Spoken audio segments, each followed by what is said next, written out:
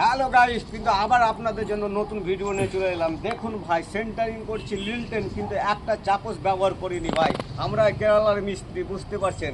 দেখুন, একটা চাপস ব্যবহার করা নাই। দেয়ালের সাথে কোনো সাপোর্ট নাই, খালি তারের ব্যবহার করা হয়েছে আর লাইন পেরেক ব্যবহার করা হয়েছে। 8 ইঞ্চি পাটা দিয়ে পুরো লিলটেন গ্লাস সেন্টারিং করা হয়েছে। দেখুন, একটাও আমরা চাপস মারতে গেলে অনেক টাইম লাগবে ভাই। তো চাপস আমরা ব্যবহার করি না কেরালার মার্কেটে। আমরা যা কাজ করি ভাই, কোনোদিন চাপস ব্যবহার করি না। তাই দেখুন ভাই, আমরা কী সিস্টেমভাবে সেন্টারিংগুলো করেছি, আপনাদের কেমন লাগছে দেখুন সেন্টারিংগুলো দেখে।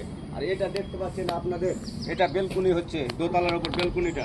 তো বেলকুনিটা দেখুন ভাই, 1 ফুটের বিম হবে আর নিচে একটা স্ল্যাব হবে। তো স্ল্যাবটা এখন করে রেখেছে, আজকে টাইম বেশি নাই বলে কালকে আবার এসে করব।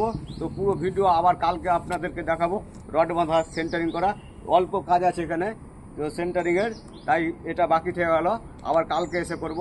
তো আপনারা ভিডিওটা, সেন্টারিংয়ের কাজটি আপনাদের কেমন লাগলো দেখুন। আমরা কোনো জায়গায় চাপস ব্যবহার করিনি, আমরা সবই টানা ঠেলার মাধ্যমে 8 ইঞ্চি পাটা দিয়ে সেন্টারিং ভাই।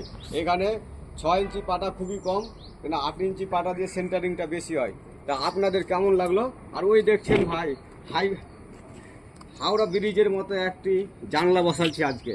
জানলাটি দেখতে পাচ্ছেন ভাই, কত হাইটের, একদম 2 মিটার 40 সেন্টি হাইট ভাই।